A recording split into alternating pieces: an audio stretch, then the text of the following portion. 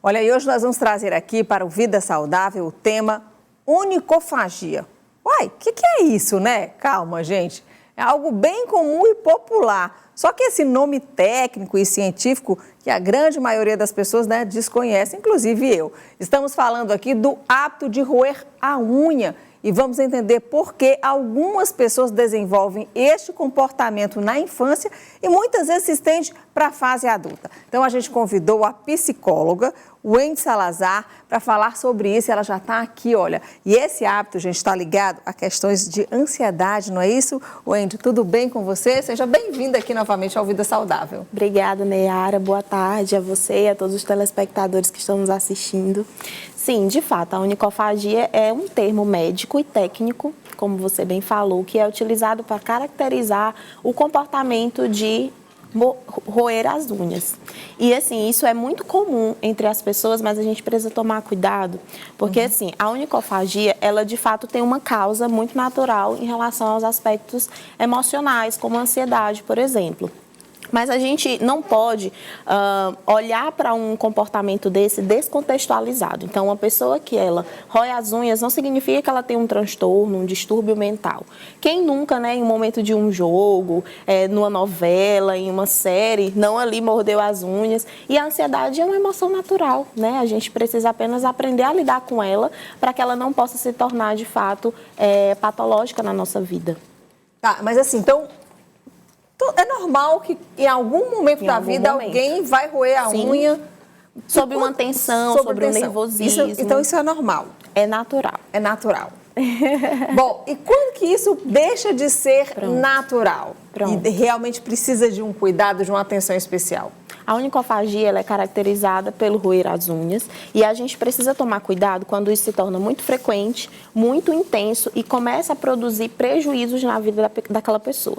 Por exemplo, uma pessoa está aqui roendo as unhas, mas ela começa já a ver um inchaço ao redor das mãos, né? Da unha, ferimento. Às vezes ela não consegue, por exemplo, lidar com alguma situação no dia a dia dela e ela está ali, ó, como uma forma de compensação. A gente usa esse termo. É como se o roer as unhas fosse um escape daquela pessoa, sabe? Gera um alívio para ela, por isso ela usa isso como escape. E aí a gente trabalha algumas questões nisso em terapia para a gente poder ensinar o paciente a desenvolver habilidades de enfrentamentos mais funcionais, porque isso pode produzir, de fato, prejuízos para ele. Bom, Wendy, também eu já observei que, geralmente numa família, numa casa, quando um filho rói a unha, os outros também seguem roendo a unha. É o comportamento de observação. Eu já ia te perguntar se era hereditário isso. Não era hereditário. Não era hereditário. Na verdade, é aprendido. A gente fala muito sobre a aprendizagem vicariante. Aprendizagem vicariante é a aprendizagem por observação. E as crianças têm essa tendência, né? Então, elas reproduzem os comportamentos que são colocados para ela no dia a dia. Então, se tem um pai, uma mãe, um primo que ela tem contato, ela tem convívio diário, ela observando, ela vai aprender aquele comportamento. Nenhum comportamento é inato, a verdade é essa, é que tudo é aprendido. Agora, claro, existem algumas questões, predisposições genéticas, né, biológicas, que tem aí 30%, às vezes, como a depressão, por exemplo. Depressão é um transtorno depressivo, mas ela tem 30% de predisposição hereditária. Mas os comportamentos que a pessoa emite na depressão foi aprendido ao longo da vida. Não vamos entrar muito no mérito. No mérito da depressão, que já é outro tema aí para a gente entrar. Mas então, vamos lá. O que a pessoa pode fazer para evitar, para deixar de roer a unha, por exemplo, na questão psicológica, né? Sim. Que a gente vai ter aqui também, gente, uma dermatologista para falar, para dar algumas dicas aí de como que a gente pode fazer para parar com esse hábito. Eu quero dizer para vocês que eu tenho esse hábito. É muito natural, é muito natural. E ele vai e volta. Sim. Às vezes eu fico com a unha enorme, agora tá grande. O que a gente aí daqui a pouco começa a roer a unha. Quando a unha quebra, aí eu já começo... se você... Deixa eu interromper aqui. Olha, se você tiver alguma pergunta aqui, tá bom? Eu esqueci de falar para você, gente. Manda sua pergunta pra gente aqui no nosso telefone. Coloca aí, produção, o número do nosso WhatsApp. 869-9927-0783. A gente está falando aqui sobre o hábito de roer unha. Eu já me entreguei, já disse que eu roo a unha também. Então, vamos lá. O que a pessoa pode fazer para parar com esse hábito? Bom, as principais causas, a gente tem que trabalhar nas causas, né? Entendendo o que causa, a gente cria um plano de intervenção. Então, a principal causa da onicofagia, de fato, é a ansiedade.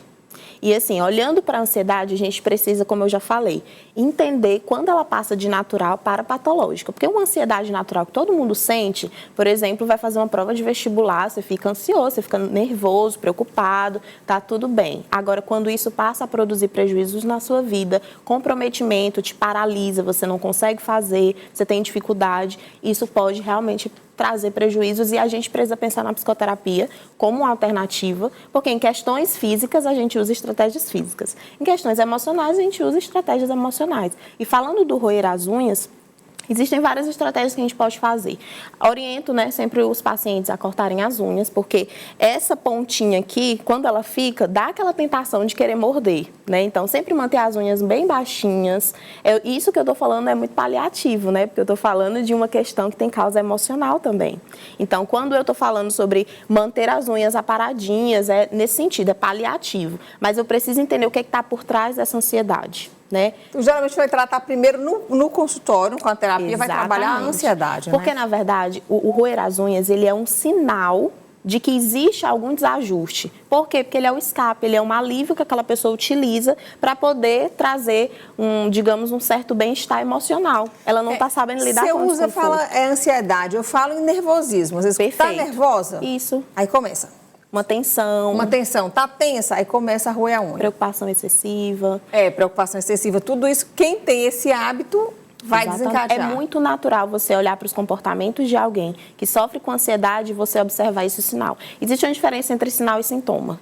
O sintoma é aquilo que... Vou falar do sinal primeiro. O sinal é algo que a gente observa no paciente. Por exemplo, se você começar a roer as unhas, eu vou observar que você está fazendo esse comportamento. Qualquer outra pessoa aqui vai poder observar isso. Aquela tremedeirinha na perna, né? Você observa, então são sinais. O sintoma é algo que o paciente descreve, a queixa que o paciente descreve. Por exemplo, pensamento acelerado é um sintoma da ansiedade, mas é você que consegue descrever esse sintoma para mim, porque é você que está conseguindo sentir. Eu não consigo observar. Então, quando a gente fala sobre transtorno de ansiedade, a gente precisa observar quais são os sintomas que estão dentro dos critérios para a gente, de fato, entender que aquilo pode ser ou não um transtorno de ansiedade. E eu preciso olhar os sinais que essa pessoa emite. Esses hábitos, por exemplo, que eu acabei de falar. Roer a unha é um deles. Então, a pessoa pode ter esperança que ela pode parar de roer a unha? Pode sim, principalmente trabalhando as causas, porque a gente precisa entender o que está por trás disso, o que é que ela tem dificuldade no dia a dia, que ela não está conseguindo lidar com aquilo e ela usa esse escape. Então vamos lá, Wendy, eu queria que você ajudasse as pessoas assim, a pessoa que às vezes está com ansiedade, está nervosa, tem algumas dicasinhas assim que a pessoa não foi no seu consultório, mas assim, o que você poderia dizer para a pessoa, dizer assim, olha, faz isso para ver se te acalma. Por exemplo, está com ansiedade, o que a pessoa pode fazer? A primeira coisa é que a gente precisa naturalizar essa emoção. A gente tem que parar de ouvir, falar em ansiedade, sempre pensar em algo ruim. Todas as emoções, elas são importantes na nossa vida. Tristeza é importante, que te ajuda a ponderar, a refletir, para fazer algo diferente em uma próxima vez. A ansiedade, ela emite uma mensagem para você de que talvez você está sob algum perigo e isso te coloca em movimento. Então, se você... Nesse momento, nós estamos passando por uma pandemia. Se nós não sentíssemos medo do vírus, a gente não se protegia. A gente não teria cuidados pessoais, nem com a gente, nem com o próximo, o que evitaria, de fato, a disseminação. Então, o medo, a preocupação, que é a ansiedade, ela é importante. Então, primeiro, naturalize o que você sente. Se você está sentindo desconforto, entendendo que aquilo está ruim para você, não tente fugir. O problema das pessoas é que elas têm a tendência de querer fazer parar aquele desconforto. A gente não faz parar. Porque quanto mais eu luto, é como se fosse numa areia movediça, sabe? Quanto mais você tenta sair, mais você afunda. Então, naturalize, porque todos nós somos seres humanos, a gente passa sim por dificuldades. E todos nós temos medos. Ó, já tem pergunta e eu acho que o que a gente tem que responder logo às pessoas aqui. Vamos lá. Então, pode soltar a pergunta, por favor, Emílio. Olha, toda pessoa que rói unha é ansiosa? É uma pergunta da Silvia Helena, do bairro Vergelar.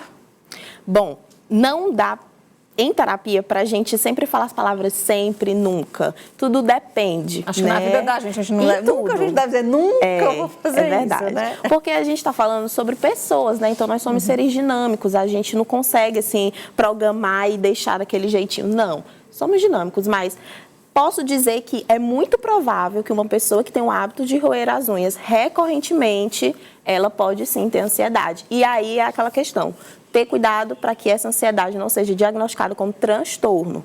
Pode ser, pode não ser. Pode não ser.